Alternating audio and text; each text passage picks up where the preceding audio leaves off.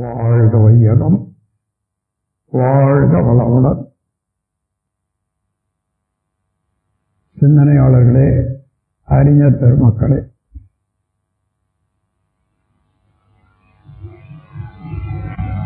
ஐயா அவர்கள் இன்றைக்கு என்ன நிகழ்ச்சி, எந்த பொருள் பற்றி நாம் சிந்திக்க இருக்கிறோம் என்பது பற்றி தெளிவாக விளக்கியுள்ளார்கள். கருமையம் என்பது வேறொன்றும் இல்லை, அதைத்தான் ஆன்மா என்று உலகம் அழகிக் கொண்டிருக்கிறது. அதே போல கடவுள் என்ற சொல்லுக்கு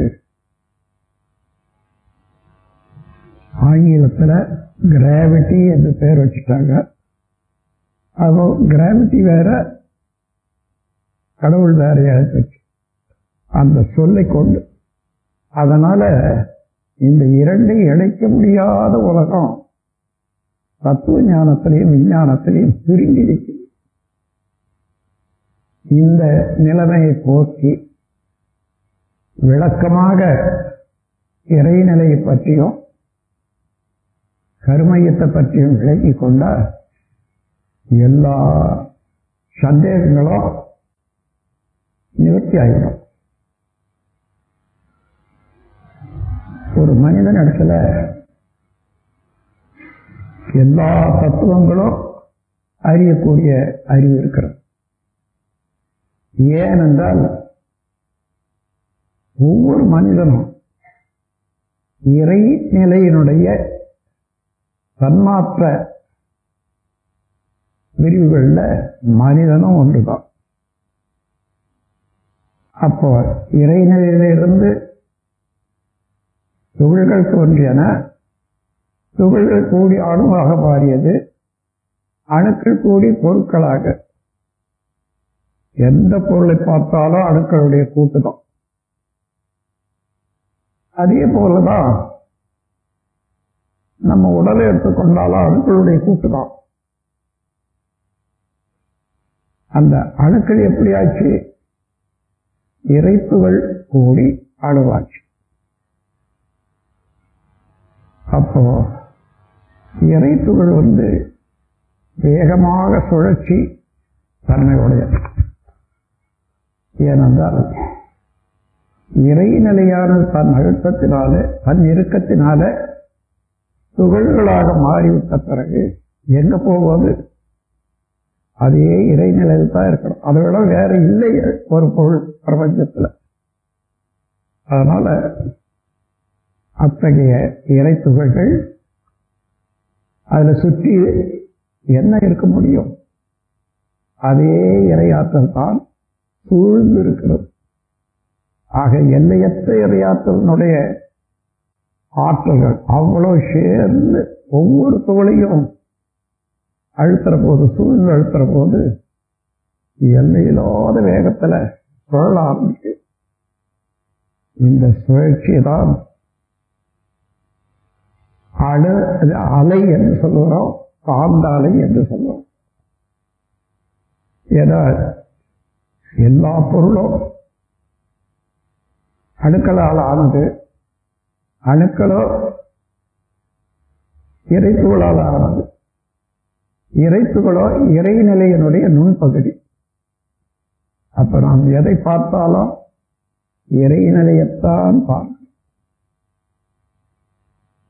அந்தந்த வேறுபட்ட உருவத்துக்கும் குணத்துக்கு தக்கவாறு ஒவ்வொரு பெயர் வைத்திருக்கிறோம்.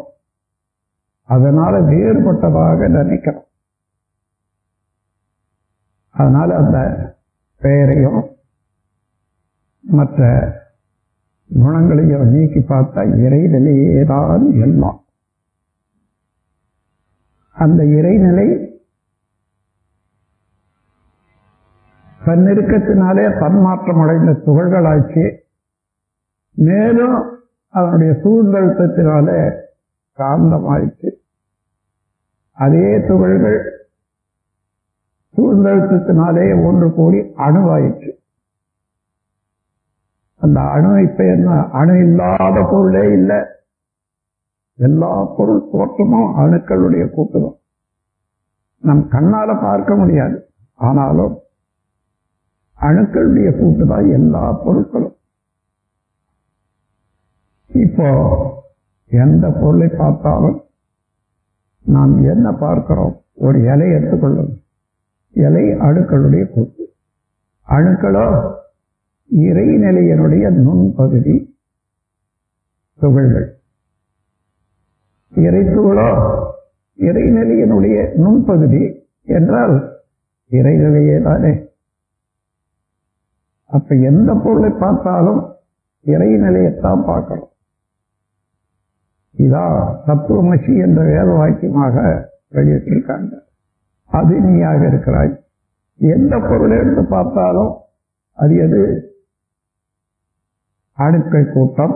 அணு என்பது என்ன? இறைத்துகளுடைய கூட்டு. இறைத்துகள் என்பது இறைநிலையினுடைய நுண்பகுதி. அதுவேதான் நீயுமாக இருக்கிறாய் என்றதான் தத்துவமாசி. நீ அதுவாக இருக்கிறாய். இன்னும் பகவத்கீதையை படித்தவர்களுக்கு ஒரு வார்த்தை நினைவு கூறும். எந்த பொருளிலும் எந்த இடத்திலும் என்னை காண வல்லவன் எவரோ அவனை விட்டு நான் நீங்குவதில்லை, அவனோடு நான் ஒன்றி இருக்கிறேன் என்று சொல்றேன். எந்த பொருளை எடுத்தாலும் இப்ப இறைவனை காண முடியுமே இல்லையே நீங்க. அது அணுக்களுடைய கூட்டு. அணு என்பது இறைத்துகளுடைய தொகுப்பு. இறைத்துகளோ இறைநிலையினுடைய நுண்பகுதி. இறைநிலையே தான். ஆகவே நாம் பார்க்கும் பொருளெல்லாம் இறைநிலையினுடைய தோற்றங்கள் தான். அந்த இறைநிலையானது முதல்ல துகளாகி அதன் பிறகு சூழ்ந்தெழுத்தும் போது வர்ற வேகத்துல காந்தமாயிற்று. இப்போ அந்த காந்தம் தான் மீண்டும் அணுக்கள் உடைந்து நில வர்ற போது உலகம் பிரபஞ்சம் முழுவதிலும் அந்த காந்த அலை நிரம்பி இருக்கிறது. இல்லாத இடம் இல்லை. அது ஒரு பாய்ம பொருளாக. பாய்ம பொருள்னா எங்கும் ஊடுருவி நிறையக்கூடிய எந்த பொருளாக இருந்தாலும் அது பாய்ம பொருள் தான். அத்தகைய இறைநிலையானது அணுக்களுக்குள்ளாக துகள்களாகவோ துகள்கள் சுழன்று கொண்டு இருக்கிறது என்று தெரியுமல்ல. அதனால அந்த சுழற்சி விரைவு அதிகமாகிற போது அந்த கூட்டுக்குள்ளாக அடங்காது. விரைவு அதிகரிப்பாகிற போது ஒரு துகளுக்கும் இன்னொரு துகளுக்கும் இடையே வெளி ஜாஸ்தி ஆகிடும். அதனால விரிகிற போது அந்த அணு அந்த கட்டடத்தை விட்டு துகள்கள் எல்லாம் வெளியேறும். அதுதான் அலைகள், காந்த அலைகள். எங்கு நிறைந்து பிரபஞ்சம் முழுவதும் நிறைந்திருக்குது. என்ன அணு இல்லாத இடம் இல்லை. அதனால அதுக்கு என்ன பேர் வச்சாங்க? காந்த அலைக்கு ஆங்கிலத்துல மேக்னெட்னு வச்சாங்க. மேக்னா பெருசு, நெட்டுன்னா வலை. பிரபஞ்சம் முழுவதும் பின்னி பிணைந்து இயக்கி கொண்டிருப்பதனால அது நெட்டுன்னு வச்சுட்டாங்க. பெரிய வலை.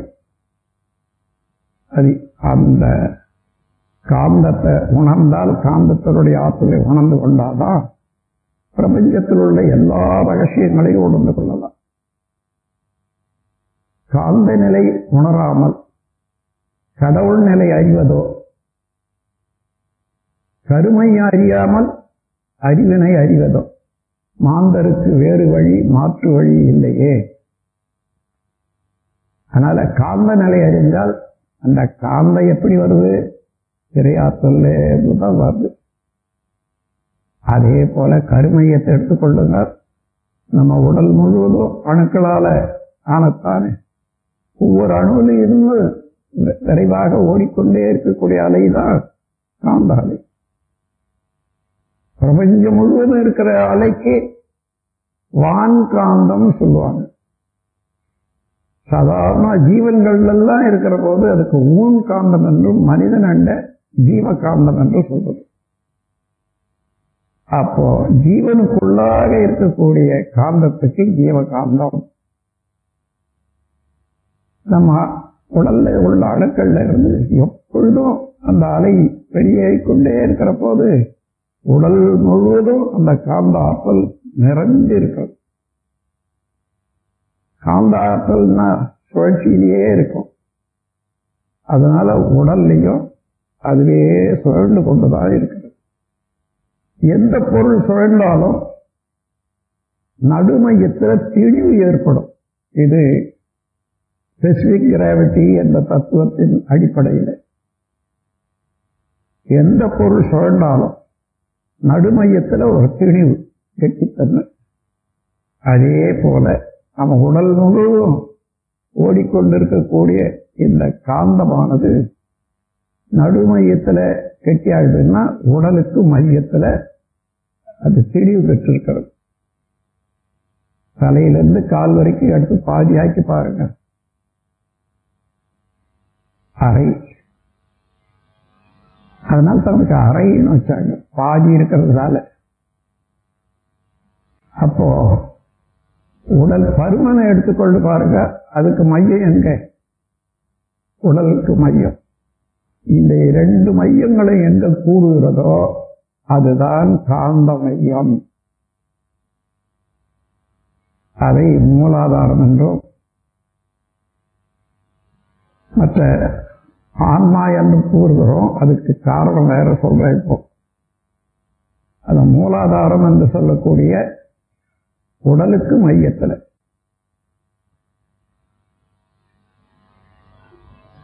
அந்த மையப்புள்ளி கண்டுபிடிக்கிறதுக்கு ஒரு அடையாளம் சொல்லியிருக்காங்க.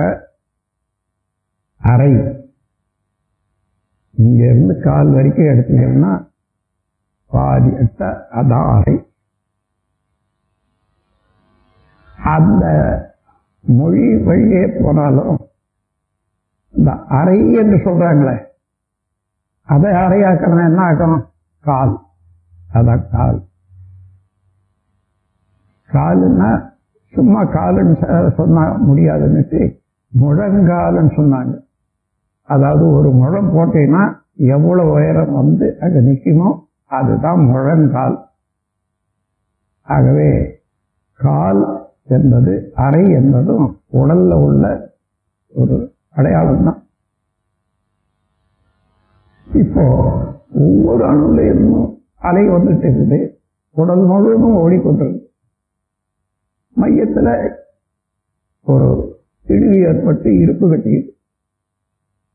இது எப்படின்னா, எங்கேயும் பெய்கிற மழையா இருந்தாலும் ஒரு டேம் இருந்தா அந்த டேம்ல வந்து தண்ணி சேர்த்து அதுல இருந்து எந்த காவாயோ போய் எல்லாத்துக்கும் பாய்ச்சல் கொடுக்குது. அதே போல நம்ம ஜீவகாந்த சக்தி ஒட்டு மொத்தமா ஒரு இடத்துல சேரக்கூடிய இடம்தான் அந்த கருமையம். அதைத்தான் கருமையம். கருன்னா கடவுள். கடவுளே நேரடியாக எல்லா இயக்கங்களும் நடத்தி வைக்கக்கூடிய இடம் கருமையம். இந்த கருமையை எங்க இருக்குதுன்னு தெரிவிக்கல இல்லையே. போ மூலாதாரத்துல அங்கிருந்துதான் குழந்தை உற்பத்தி முதற்கொண்டு எல்லா விவகாரமும் நடக்கும்.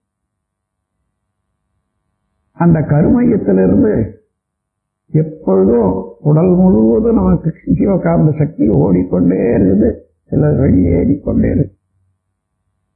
ஏன்னா உற்பத்தி அதிகம், ஓடிக்கொண்டே இருக்கு.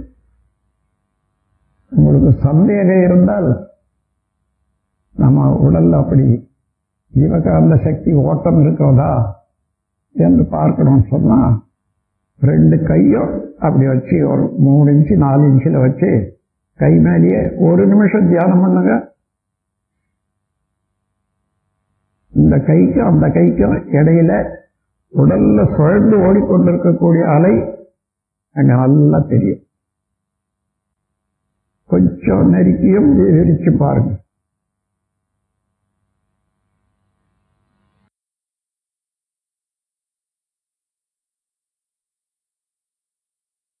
கை மேலேயே நினைவச்சாதான் தெரியும், வேற எங்கேயோ பார்த்துட்டு இருந்தா வராது. இதுதான் ஜீவகாந்த ஆற்றல். இது எங்கே உடல் முழுவதும் இருந்தாலும் இப்போ சேர்ந்து வெளியேறிக்கொண்டே இருக்க இடம் இருந்தேன். அது கருவையம். கண்ணால ஒரு பொருளை பார்க்கிறோம். அந்த காந்த சக்தி தான் அந்த பொருளோட தொடர்பு கொள்ற போது அது வெளிச்சமாக மாறுது. வெளிச்சமாக, ஒலியாக, ஒளியாக, சுவையாக, மனமாக, இப்படி எல்லாம் மாறுறதெல்லாம் காந்த சக்தி. புலன்கொள்ளுமாக இதெல்லாம் உணர்ந்தாலும் காந்தம் எங்கிருந்து வருது? அடுமையமாகிய கருமையத்திலிருந்து வரும். அதுதான் ரிசர்வாயர், அணைக்கட்டு. அதனுடைய தன்மை என்ன? காந்தம் என்பது இறைநிலை தானே. அந்த இறையாற்றல் இரண்டு ஒரே சக்தியை உடையத்தான் ரெண்டாக மாறுது. தன்னிருக்க சூழ்ந்தெழுத்தும் ஆற்றல். தன்னையே இறுக்கிக் கொள்ற போது எது வந்தாலும் அது தன்னுக்குள்ளாக சேர்த்துக் கொள்ளும். அப்படி இருக்கிற போது எந்த அளவு இருக்கும் அந்த பொருள் தாங்குமோ அது வரைக்கும் போக மறுபடியும் திரும்பி வெளியே வரும். அது எப்படின்னா, ஒரு குடத்துல தண்ணி குழாய் வைக்கிறோம். குடம் நிரம்புற வரைக்கும் அதுலயே விழுது. குடம் நிரம்பி போனால் வெளியே வரும். அதே போல நம்முடைய உடல்ல தாங்கும் சக்தி வரைக்கும் இருக்கிறது வெளியே. எப்பொழுதும் ஒவ்வொரு மனிதனிடத்தில் இருந்தோம், ஒவ்வொரு பொருளிடத்துல இருந்தோம். மாதிரி இறையாற்றல இருந்து வாங்கி இருக்காற்றலால உள்ள சேர்ந்து வைக்கிறது, மறுபடியும் வெளியே வந்துகிட்டே இருக்கு. அப்ப ரெண்டு சக்தி இல்லை, ஒரே சக்தி தான். ரெண்டா, ஒண்ணு இறுக்கம், இன்னொன்னு விலக்கு. இருக்க ஆற்றல், விலக்கு ஆற்றல். இது இல்லாத இடமே இல்லை. இறையாற்றல் எங்க இருக்கிறதோ அங்கே எல்லாம் இருக்காற்றலும் விளக்கம் ஆற்றலும் ரெண்டாகத்தான் வேலை செய்யும். அதே போல நாம் ஒரு சத்தத்தை கேட்டோம். சத்தம் என்பது என்ன? ஜீவகாந்த சக்தியினுடைய தன்மாற்றம். அதை தான் கேட்டோம். அப்போ அந்த அளவுக்கு ஜீவகாந்த சக்தி செலவாகுது. அந்த முனையில செலவாகிற போது நம்முடைய மனம் உணர்கிறது, இவ்வளவு வெளிச்சம் இருக்குது, இவ்வளவு ஒலி இருக்கிறது சொல்லி. அப்ப எங்க இருந்து வருது? மூலாதாரத்தில் இருந்து தான் சக்தி சப்ளை ஆகுது. அது என்ன மாற்றம் அடையுதோ அத மனம் உணர்வு. ஆனா அதே நேரத்தில் இங்க என்னென்ன நடக்கிறதோ அதெல்லாம் அடித்தளமாக உள்ள ஜீவகாந்த சக்தியில அதிர்வு ஏற்பட்டு அங்க அதனுடைய தன்மை ஏற்பட்டு போகும். நாம் எந்த பொருளை பார்த்தாலும், எதை செய்தாலும், எதை கேட்டாலும், எதை சுவைச்சாலும் அதையெல்லாம் கருமையை வாங்கி கொள்ளுது, இறுக்கி அலைய வடிவத்தில். எவ்வளவு இருக்க முடியும்னு கேட்கிறீங்களா? இந்த பிரபஞ்சம் எவ்வளவு பெருசு. அவ்வளோ பெரிய பிரபஞ்சத்தை நினைச்சீங்கன்னா அந்த அளவுக்கு விரியுது மனம். ஆனா அதே நேரத்தில் அடுத்து ஒரே ஒரு அணுவை நினைச்சு பாருங்க, என்ன ஆகும்? அணு அளவில் சுருங்கி போகும். அணு அளவில் சுருங்கினது உங்களுடைய மனம்தான். பிரபஞ்சம் வரையில விரிந்தது உங்களுடைய மனம்தான். அதான் காந்த சக்தியினுடைய ஒரு பெருமை. எவ்வளவு அளவுக்கு விரியும், எவ்வளவு அளவுக்கு சுருங்கும், அதை கம்ப்யூட்டர்லயே பார்க்கலாம். எத்தனையோ கோடி பதிவுகள் எல்லாம் போட்டு வைக்கிறாங்க. எல்லாமே சுருங்கி அதுல இருக்குது. எப்ப எப்ப வேணுமோ அந்தந்த பட்டன் தட்டினா அது வெளியே வரும். அது மனிதன் செய்த கம்ப்யூட்டர். இது இறைவனாலேயே வடிவமைக்கப்பட்ட கம்ப்யூட்டர், அவ்வளவுதான். எத்தனை கோடி பதிவுகள் உள்ளன என்று பார்க்கணும்னு சொன்னா, நீங்க பிறந்து வளர்ந்து வாழ்ந்து கொண்டிருக்கிற போது என்ன என்ன அனுபவங்களை நீங்க பெற்றீங்களோ அவ்வளவு அந்த சுருங்கி பதிவாகிறது. இதை வினைப்பதிவுன்னு சொல்லுவாங்க. ஏன்னா நீங்க செய்ததுனால அந்த பதிவுகள் ஏதோ ரப்பர் ஸ்டாம்ப் போட்ட பதிவு மாதிரி இல்லை. நம்முடைய ஜீவகாந்த சக்தியை தன்மாற்றம் அடைந்து போகிறது. நீ என்ன செய்தாலும் அது தன்மாற்றம் அடைந்து அதுதான் என்னுடைய குணம், என்னுடைய தன்மை என்றதாக மாறும். இப்போ நீங்க உங்களுடைய சிறு வயதிலிருந்து இன்று வரையிலும் நடந்த நிகழ்ச்சிகளை ஏதாயிலும் நினைச்சு பார்த்தீங்கன்னா வருதா இல்லையா? நினைச்சாதான் வருதுன்றது இல்லை. சும்மா உட்கார்ந்து கூட அந்தந்த சுழற்சிக்கு தகுந்தவாறு அந்தந்த எண்ணங்கள் வந்துட்டே தான். எப்போயிலும் கேட்டு பார்த்தீங்களா, நான் யாருக்கும் தெரியாத அந்த செயல் செய்தேன், இது அங்க கொண்டு போய் வச்சது யாரு? அதுதான் இறையாற்றல். தன்னிருக்கத்தினால எந்த செயலையும் இறுக்கி சுருக்கி பொடுக்கி கர்மயத்தில் சேர்த்து வச்சிருக்கு. மறுபடியும் அதே அலை வரும்போது இந்த எண்ணங்கள் அந்த செயல்கள் அதெல்லாம் வெளியே வரும்.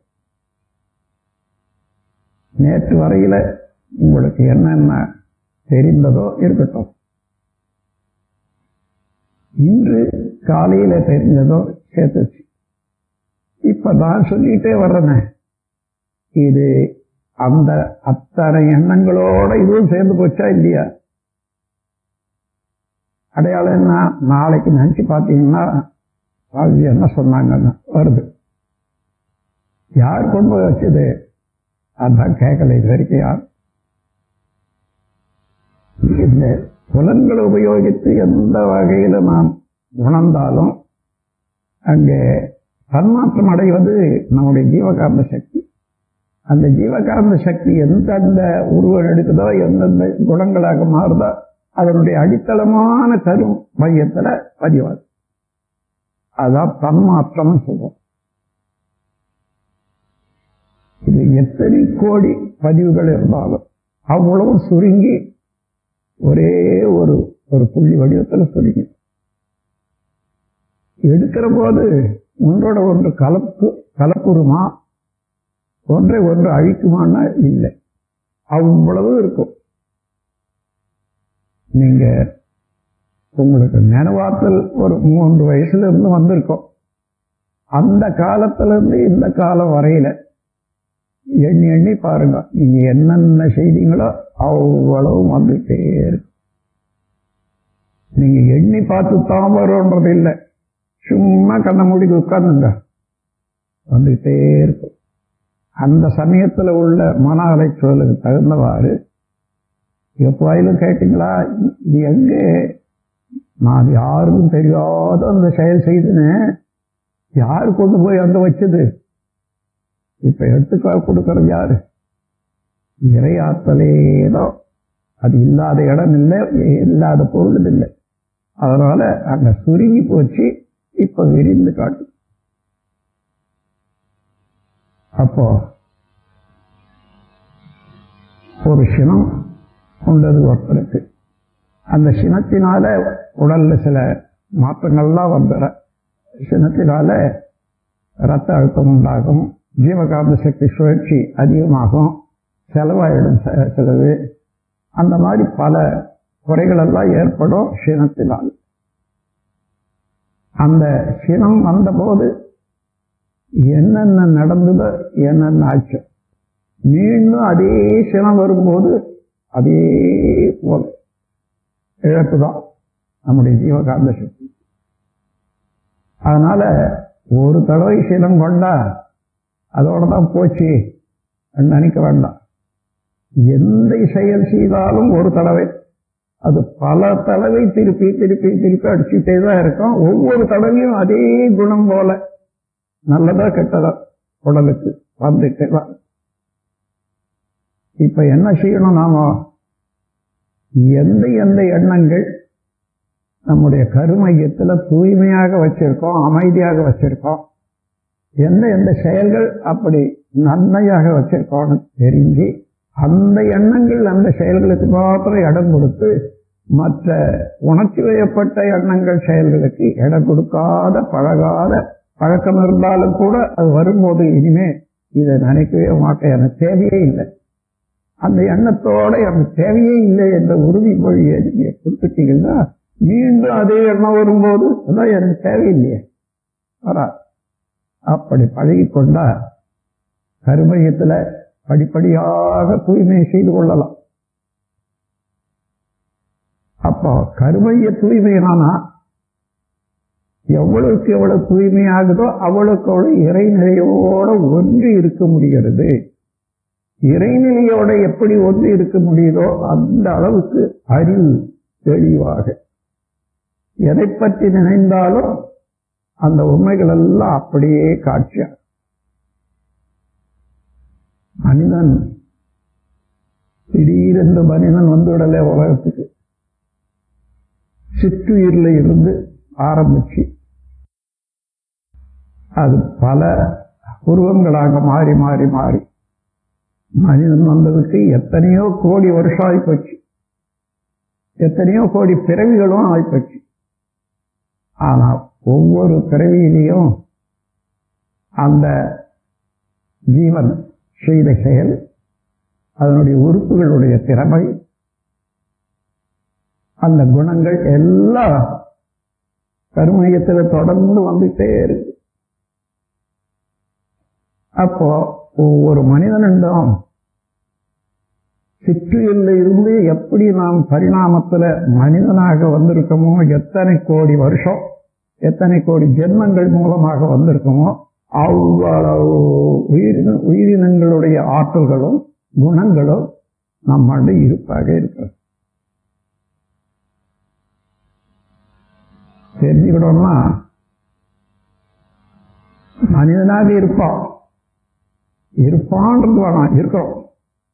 சில சமயத்துல புலிய போல செய்யறோம், சில சமயத்துல பாம்பு போல செய்யறோம், சில சமயம் மூட்டு பூச்சி போல ஒழிஞ்சுக்கிறோம், சில சமயம் தேடு போல கொட்டிட்டு ஓடுகிறோம்.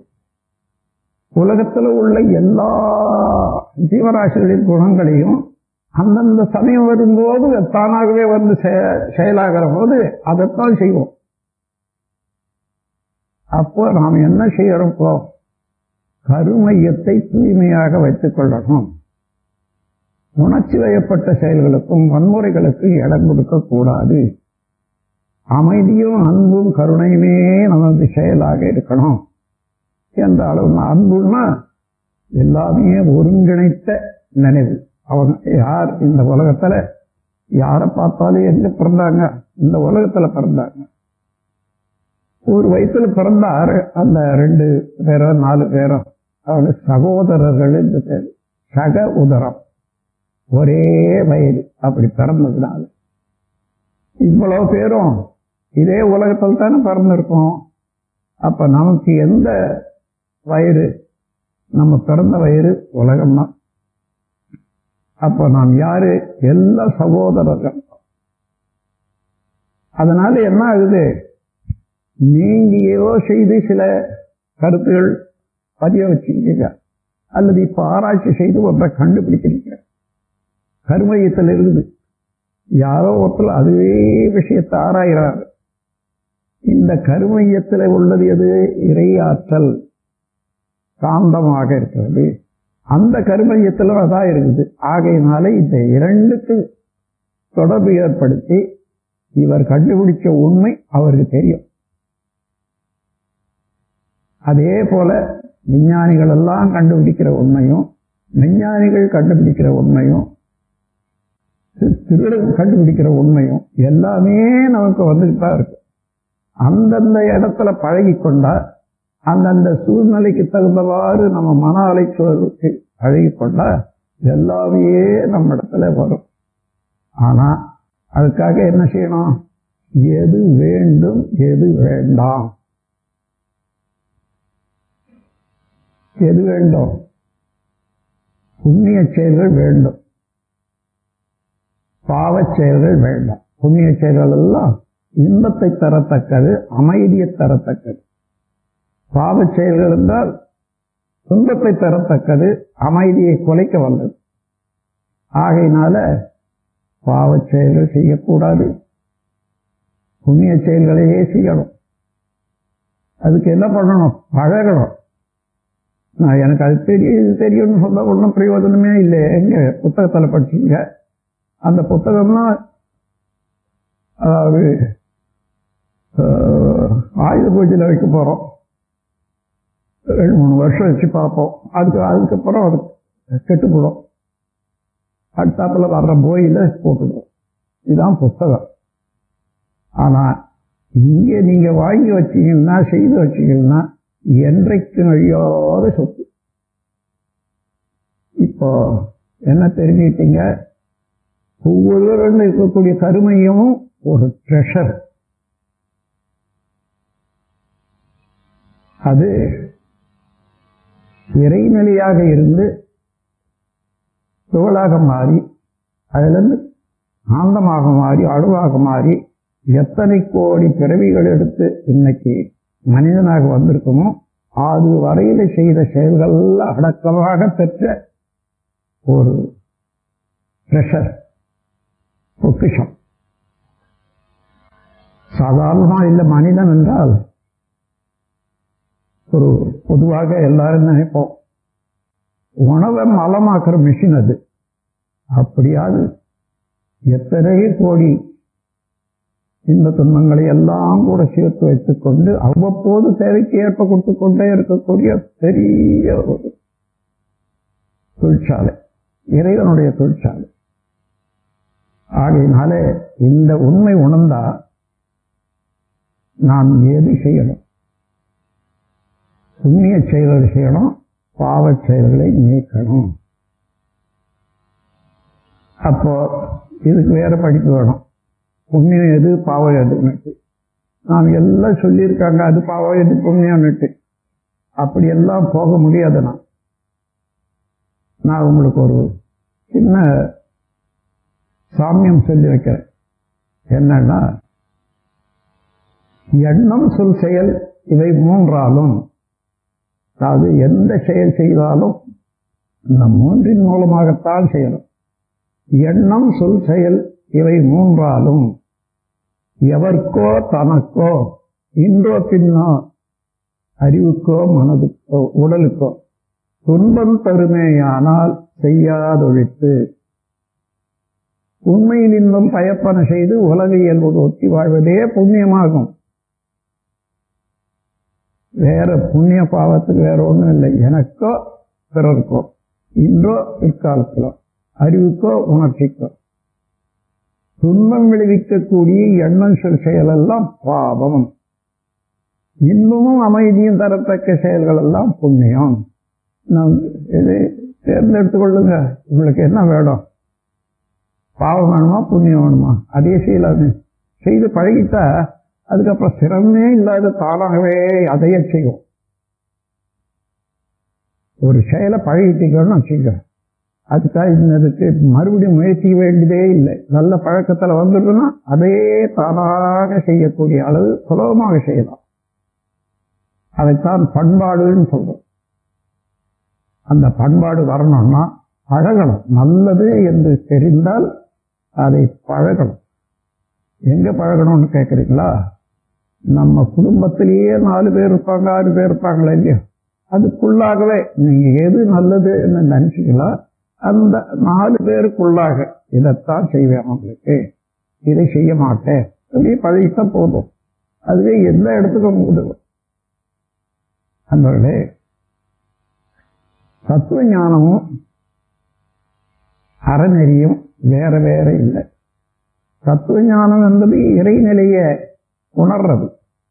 அறநெறி என்பது அதனால மனிதனுக்கு துன்பம் இல்லாத நம் வாழ்க்கையை சீர் செய்து கொள்வதுதான். இதனால கடவுளை கும்பிட்டா எது வேணும்னாலும் கிடைக்கும்னு சொல்றாங்களே, கிடைக்கும். எப்படின்னா, நீங்க கும்பிடுற போது உங்களுடைய மனம் எந்த அளவில் அதை அழுத்தமாக வேண்டுகிறீங்களோ அதுவே கருமையத்தில் பதிந்து பல தடவை ஒலித்து ஒலித்து ஒலித்து ஒலித்து அந்த செயலே அதுவே செயலாக மலரும். ஆனால் மற்றபடி படிச்சுட்டோம், எனக்கு அந்த புத்தகம் படிச்சேன், இந்த புத்தகம் படிச்சுட்டேன், இந்த ஞானம் வந்து தான் நிற்கவே நிற்காது. ஏன்னா அதுக்கு முன்னே எத்தனை கோடி எண்ணங்களை போட்டு வச்சிருக்கீங்க. இது எத்தனை மூளை இன்னைக்கு வைக்கிறது. ஆனா நீங்க எடுத்து பழகிட்டீங்கன்னா அந்த பழக்கமே. இப்ப நான் எனக்கு 7வது வயசுல 8வது வயசுலயோ ஒரு வாய்ப்பாடு சொல்லி கொடுத்தாங்க. அதுல 7 8 56 வருது. இப்ப கூட 7 8 சொல்லும் போது 56 வந்துடுது. 7 தடவை 8 கூட்ட வேண்டியதில்லை, 56க்கு நினைவுபடுத்த வேண்டியதில்லை. எல்லாருக்கும் தெரியும். பழகிட்டா ஒரு பாட்டோ ஒரு செய்யுளோ நீங்க மறுபடியும் ஒரு அடி எடுத்தீங்கன்னா தானா எல்லாம் வரும். இதுதான் பழக்கம். எந்த பழக்கம் கொடுத்தாலும் இந்த உடல்லையும் உள்ளத்திலையும் அப்படியே பதிவுனா தன்மாற்றம் அடைந்து மீண்டும் மீண்டும் மீண்டும் அதுவே சிறப்பாக தெளிவாக பயன்படும். இதை உணர்ந்து கொண்டா என்ன லாபம்? இனிமே செய்யக்கூடிய செயலெல்லாம் அளந்து செய்வோம், கணித்து செய்வோம், நல்லது கெட்டது உணர்ந்து செய்வோம். அப்படி செய்கிற போது எதை நாடி செய்தோமோ அதுவே திருப்பி திருப்பி எண்ணங்களாகவும் செயல்களாகவும் வரும். அதனால புதிய எண்ணங்களும் செயல்களும் நல்லதாகவே வர்றபோது பழைய எண்ணங்களும் செயல்களும் தானாகவே செயலத்து போகும். ஆனால் நாள் ஆகும், உடனே மாறிடாது.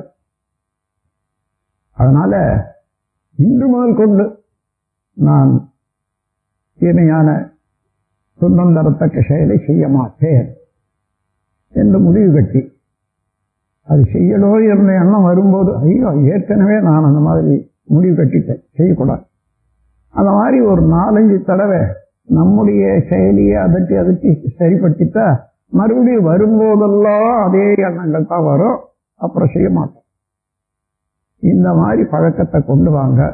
இந்த பழக்கத்தை தான் நல்ல பழக்கங்கள் எல்லாம் பண்பாடு என்று சொல்லுவோம். பண்பாடுன்றது வேற ஒன்றும் இல்லை. நீங்களே உங்களை தயார் செய்து கொண்டு உள்ளத்தாலேயோ உடலாலேயோ என்னென்ன செய்யலாம் என்னென்ன செய்யக்கூடாது என்று பழகிக்கொண்ட அதுதான் பண்பாடு. ஆகவே பண்பாட்டில் உயர்ந்து மனிதனாக வந்துட்டோம். எந்த செயலா இருந்தாலும் அங்கே அந்த செயலுக்கு வேண்டிய சக்தி பிரபஞ்சத்தை ஒரே ஒரு சக்தி தான், அதுதான் இறையாற்றல். அது எப்படி எனக்கு எப்படி வருது, எந்த பொருளுக்கு எப்படி வருதுன்னு கேட்டா, இறையாற்றலினுடைய சக்தி சூழ்ந்தெழுத்தும் ஆற்றல். எந்த பொருளையும் சூழ்ந்தெழுத்து கொண்டிருக்குது. அதனால எல்லா பொருளுக்கும் இறையாற்றல் சக்தியை கொடுத்துக்கிட்டே தான் இருக்கு.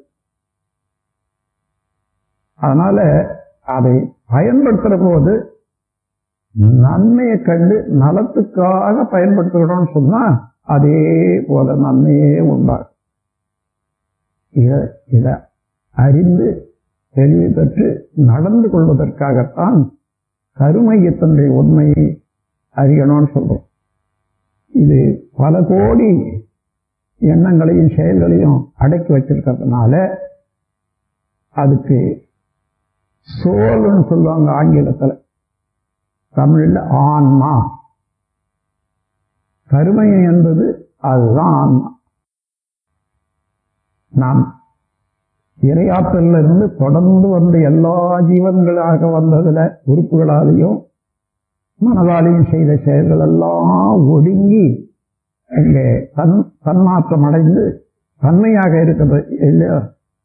அதுதான் ஒவ்வொரு மனிதனுடைய தன்மையும். வேற வந்து விடலாம். இப்ப நீங்க ஒன்று பழகுனீங்கன்னா அது சேர்ந்து கொள்ளும். அப்ப பழகுறதுன்னா பழைய தேவையில்லாதெல்லாம் ஒழியணும், நமக்கு தேவையில்லது சேர்க்கணும். நாம் எப்படி எப்படியோ தேவையில்லாதெல்லாம் நிறைய சேர்த்து வச்சுக்கிறோம். எப்படி சேர்த்தோம்னா நாம வேணும்னு சேர்க்கல. ஒரு மனிதன் ஒரு வீடு கட்டலாம், எல்லா அறைகளும் கட்டியாச்சு, ஆனா முடிக்கல. அந்த சமயத்துல ஒரு வைக்கல் வண்டி வருது. அதை பார்த்தா வைக்கல் நமக்கு தேவைதான், நமக்கு ஒரு மாடு இருக்குது, ஒரு வண்டி வாங்கி வைக்கலான்னுட்டு வேலை பேசி வாங்கிட்டோம். எங்க வைக்கிறது? வெளியில போட்டா மாடு தின்னுட்டு போடும். ஒரு ரூம் எடுத்து அந்த ரூம்லயே அடிக்கிட்டா எல்லாத்தையும். ஒரு 10 நாள் பொறுத்து வீட்டுக்கு கொடுக்கணும் வந்தாங்க. எல்லா சாமானும் வைக்கணும். இந்த வைக்கல் போட்டுருக்கிறது எதுக்காக அந்த வீடு கட்டினானோ, அந்த ரூம் அமைச்சானோ, அந்த சாமான் வைக்கிறதுக்கு இடம் இல்லை. இது போலதான் தத்தளிக்கிறோம் நாம். ஏற்கனவே போட்டு அடைச்சி வச்சுட்டு இப்ப புதுசா போடணும்னா நிக்க மாட்டேங்குது.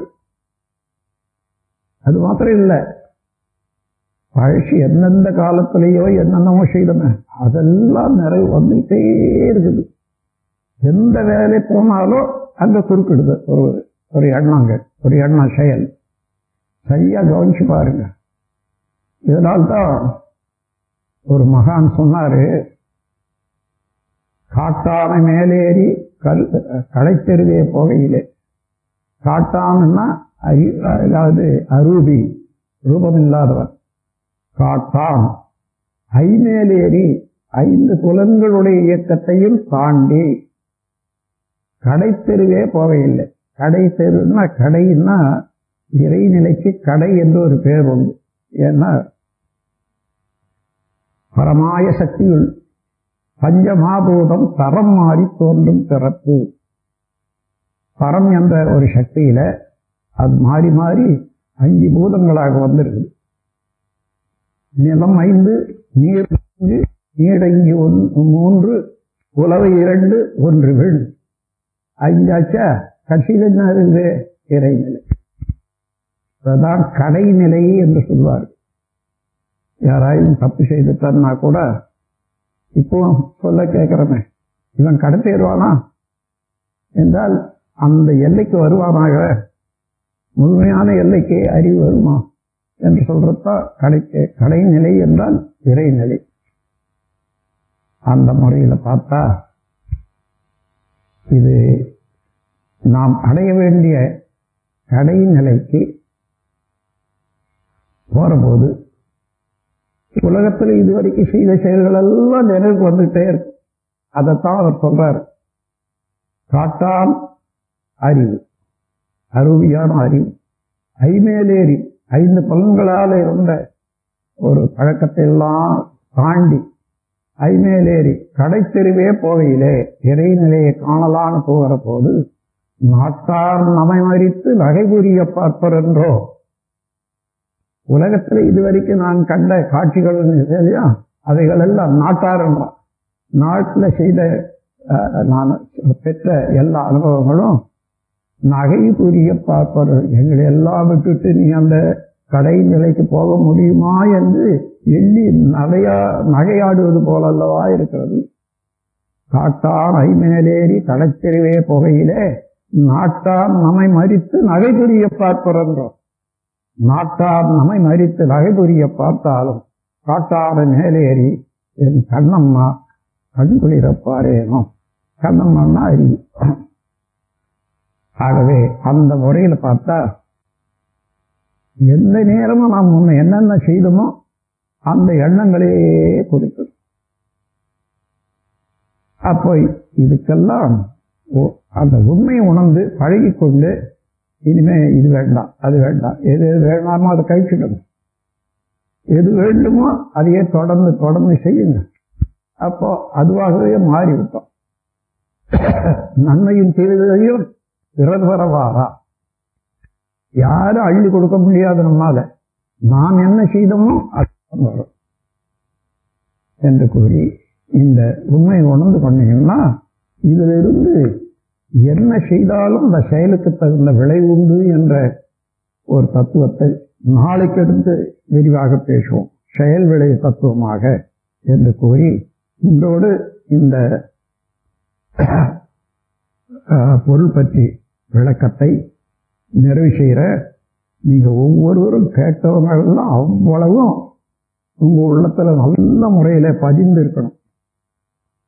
அதை தவறி ஏதாயிலும் கேடான, அதாவது கெடுதல் செய்யக்கூடிய எண்ணங்களோ செயல்களோ வந்தால் உடனே அந்த இடத்துல என் நினைவு வரும். ஏன்னா நான் தானே சொல்லி கொடுத்துருக்கேன், அது கட்டாயம் வரும். இது ஒரு மொழி போட்டுங்க, இது அவர் தான் சொல்லி கொடுத்தாரு. உடனே அந்த எண்ணம் வரும்போது அந்த செயலும் கட்டுப்படு. ஒரு டாக்டர் நல்ல சிறப்பான பயிற்சி பெற்றவர் போய் அவரை ஒரு மருந்து கொடுங்கன்னு கேட்குறான். என்னத்துக்கு? எனக்கு உடம்பு நல்லா இருக்கணும், அப்படி இருக்கணும், இப்படி இருக்கணும். இதுதான் நல்லா இருக்கப்பா. இல்லை இல்லை, இன்னும் நான் இந்த கால் வாழும் சொல்லி பார்த்தாரு, கேட்கல. மறுபடியும் கேட்குறான். சரி, நான் ஒரு நல்ல மருந்து கொடுக்குறேன் சொல்லி ஒரு டப்பா எடுத்து அதில் கொஞ்சம் ஏதோ ஒரு லேகியம் போல ஒரு மருந்தை போட்டு கையில் கொடுத்துட்டாரு. எப்படி சாப்பிட்றதுங்க? இதை நீ சாப்பிட்றத பற்றி கேட்காத, சாப்பிடும்போது குறைங்க நினைக்காத, அது போதும் அப்படின்னு சொல்லிட்டாரு. இவன் என்ன பண்ணா, எடுத்து போய் ஒரு உண்டை எடுத்து சாப்பிட போறான். குரங்கு வருது எண்ணத்துல. ஏன்? அந்த மருந்து எடுத்து சாப்பிடும்போது குரங்க நினைக்காதேன்னு சொன்னாரு இல்லையா, அதையே நினைவு வருது. குரங்க நினைக்கிறான், அவ வச்சிடும். இப்படி ஒரு 10 நாள் செய்து பார்த்தான், சாப்பிடவே முடியல. ஐயா, உங்க மருந்து என்னால சாப்பிடவே முடியலன்னு கொண்டு கொடுத்துட்டான். சரி, உனக்கு தேவையில்லைப்பா சொல்லி. அதே போல நம் எந்த பழக்கத்தை முடி போட்டு வைக்கிறோமோ அதே முடி ஒவ்வொரு செயல்லையும் வரும். அதனால எந்த செயல்லையும் ஒரு நல்ல எண்ணங்களையே முடி போட்டு விட்டுடும். உங்கள் அறிவு மிக உயர்ந்திருக்கிறது, ஆராய்ச்சிக்கு ஏற்றவாறு அது சரிப்பட்டிருக்கிறது, ஒளி விளக்காக இருக்கிறது. இன்று முதற்கொண்டு இந்த கருமையத்தினுடைய பெருமையை உணர்ந்து அதை தூய்மையாக வைத்துக் கொள்ளணும் என்ற அக்கறையும் பொறுப்புணர்ச்சியோடு உங்கள் வாழ்க்கையை மேலோங்கி சிறப்பாக அமைத்துக் கொள்ள வேண்டும் என்று கேட்டுக்கொண்டு உங்கள் அனைவரையும் எல்லாம் வல்ல இறையாற்றல், உடல் நலம், நீளாயுள், நிறை செல்வம், உயர் புகழ், மெஞ்ஞான இவற்றில் ஓங்கி சிறப்பாக வாழ வேண்டும் என்று வாழ்த்தி இந்த உரையை நிறைவு செய்கிறேன். வாழ்க வளமுடன், வாழ்க. எல்லாம் வல்ல தெய்வமது எங்கும் உள்ளது கமர